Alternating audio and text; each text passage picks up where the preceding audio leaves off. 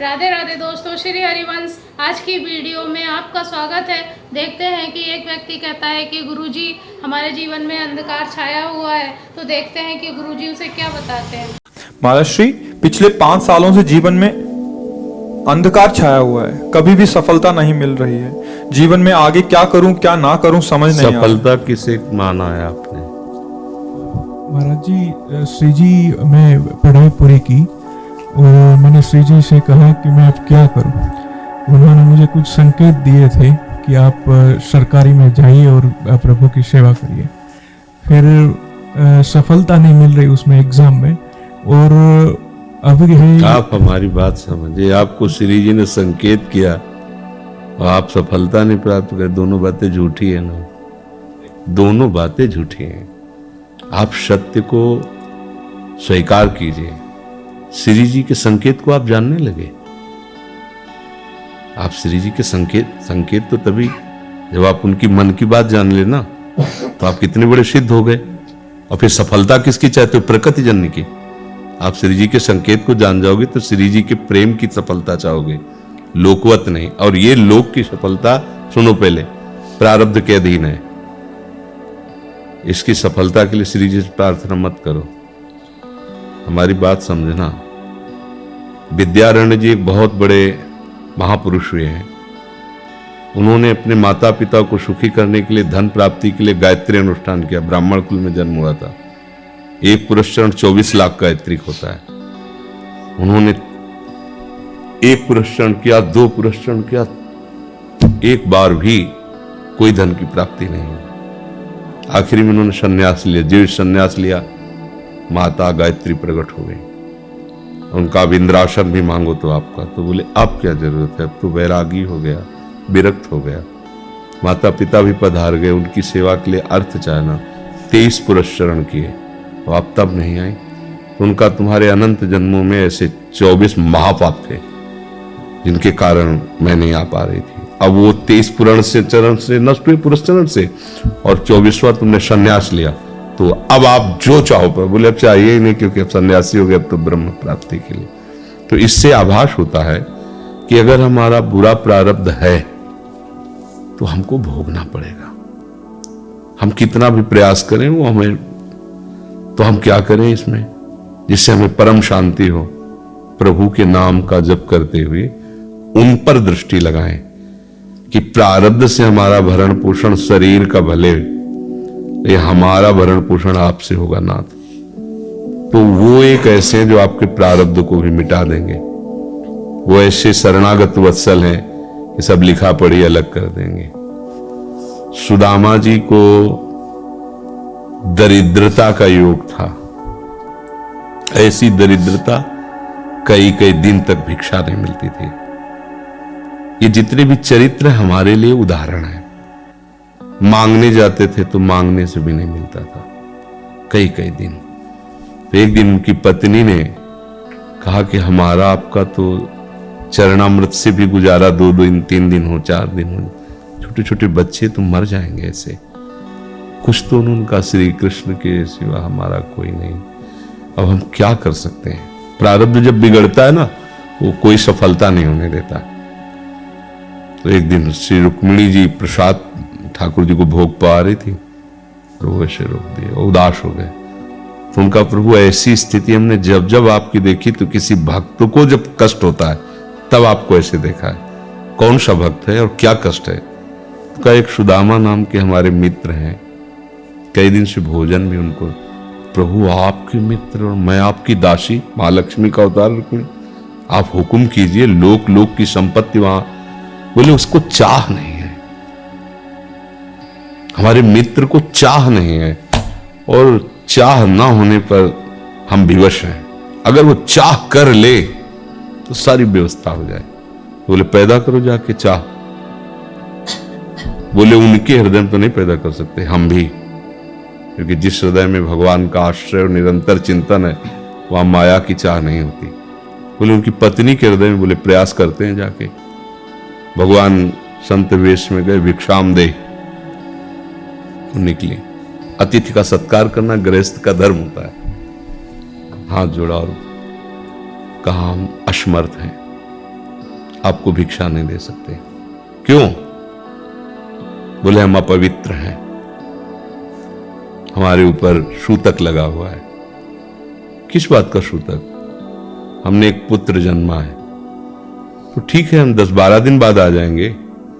बोले नहीं, आजीवन अपवित्र रहेंगे। वैसा कौन सा? बोले दरिद्रता रूपी। विद्वान की पत्नी है तो ऐसे उनका दरिद्रता रूपी पुत्र का जन्म, अर्थात सीधे कि मैं नहीं दे सकती या देने योग्य नहीं, ऐसा न कहीं कहा, मैं अपवित्र हूं। उनका दरिद्र कैसे हो सकती हो? जिनके पति के मित्र द्वारिकाधीश भगवान श्री कृष्ण है, वो दरिद्र कैसे हो सकता है? एक बार कहो ना अपने पति से। चले गए। जो सुदामा जी आए तो उन्होंने कहा कि देखो, आज एक अतिथि आए थे, उनको मैं कुछ नहीं दे पाया, मुझे बहुत कष्ट है कि मेरे पुत्र और आए हुए अतिथि का भी हम स्वागत नहीं कर सकते, उनका भरण को आपके मित्र द्वारिकाधीश प्रभु श्री कृष्ण। सुदामा जी ने कहा, बोले चले जाओ ना, वो कुछ न कुछ सहयोग कर देंगे। तो बोले हम ऐसे मित्र नहीं बनाए कि वो हमारा सहयोग करे, कभी नहीं, मर जाऊंगा पर उनसे ये नहीं कहूंगा कि आप हमारा। बोले मत कहना, दर्शन के लिए तो चले जाओ, वो सुना है इतने उदार हैं कि वो जाने पर ही दे देंगे। स्वामी ने कहा दर्शन के लिए तो जा सकते हैं, बहुत दिन हो गए, ठीक है, पर मित्र के पास जाए तो कुछ लेके जाना चाहिए, मेरे पास तो कुछ नहीं है। पड़ोस में जैसे किसी से मांगने गई तो, अरे समय जब बिगड़ता कोई नहीं होता साथ। एक ने थोड़ी उदारता दिखाई तो चावल पछोड़ने पर जो आगे कणका होते चावल के, जो प्राय वो लिए सुदामा जी ने कहा हमारे प्रभु भाव के मुख है, कुछ ले जाएंगे, खाली हाथ तो नहीं है। पोट्री में सारांश में बता रहे हैं। द्वारपालों ने देखा कि हड्डी हड्डी शरीर में कई जगह से फटे वस्त्र, बेवाई फटी हुई, उनको दिखाई दे रहा था दरिद्रता की मूर्ति है। तो उनका किससे मिलना है तुमको? तो उनका श्री कृष्ण से। बोले संभाल के बोलो, क्योंकि पार्षद है, अनंत कोट ब्रह्मांडों के नायक प्रभु के ऐसे बोल दे कोई श्री कृष्ण, कोई ऐसे गली आए, उनका जाके तो तुम बोलो ना, श्री कृष्ण से जाके कह दो कि एक सुदामा नाम के ब्राह्मण आए हुए। पार्षद वो प्रभु बड़ा अजीब आदमी है, आपका नाम बिना किसी सभ्यता के ले रहा है। वो कह रहा श्री कृष्ण से कह, सुदामा कूद पड़े, भगवान दौड़े। वो पार्षद, वो सब की ब्रह्मा जी शंकर जी आते हैं तो वहां खड़े रहते हैं घंटों, भगवान ऐसे भागे सुदामा जी को पता था ना, हमारे रुक्मिणी जी के महल में रुक्मिणी जी के पलंग पर बैठाते हैं, स्वयं चरण पखारते हैं सब। अब ये वैभव, क्या हालचाल है, कैसे हो प्रभु? आप सब जानते हो, आपकी बड़ी कृपा है। तो ब्याह हो गया, हाँ ब्याह भी हो गए, बच्चे भी हो गए। हमारे पास आए हो तो कुछ तो लाए ही होगे। और वो सड़े से कपड़े में चावल, कैसी बड़ी बड़ी वो वैभव, महारानियां सब भगवान का।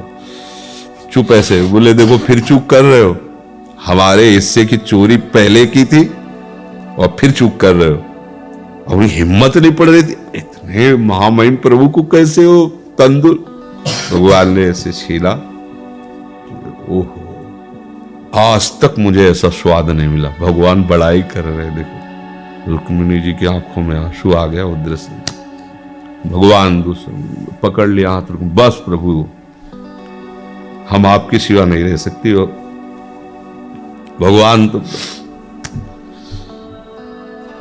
सुदामा जी का स्वागत समान, अच्छे कपड़े पहनाए। जब चलने लगे ना तो भगवान की तरफ वो देखते, मतलब कामना नहीं पर कि देखा पत्नी कह रही थी जाओगे कुछ न कुछ, चले प्रभु, हाँ ठीक, इधर से ऐसे चले जाना, हाथ भी खाली। प्रभु ने कहा देखो ये कपड़े जो है ना महंगे हैं, रास्ते में तुम्हें चोर बदमाश, तुम अपनी पोशाक पहने इनको उतार दो। बोले बड़ी कृपा, कपड़े भी उतार दिए और रास्ते में सोचे देखो निगेटिवली सोच रहे, मेरे श्री कृष्ण मुझे कितना प्यार करते हैं, उन्होंने इसीलिए नहीं दिया कि ये दरिद्र कहीं संपत्ति पाकर मतवाला होकर मुझे भूल न जाए। मुझे कितना प्यार करते हैं, प्रभु के प्यार में मगन होकर सुदामा पूरी खड़ी जैसे द्वारिका। उनको भ्रम हुआ कि मुझे लगता है चलते चलते मैं पुनः द्वारिका आ गया। तो आप पूछ रहे हैं कि ये किसका है?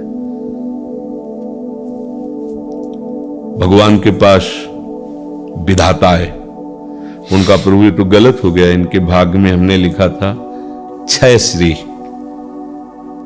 ऐश्वर्य का नाश, जीवन में नहीं ऐश्वर्य, क्षय श्री। भगवान ने उसका उल्टा कर दिया यक्ष श्री।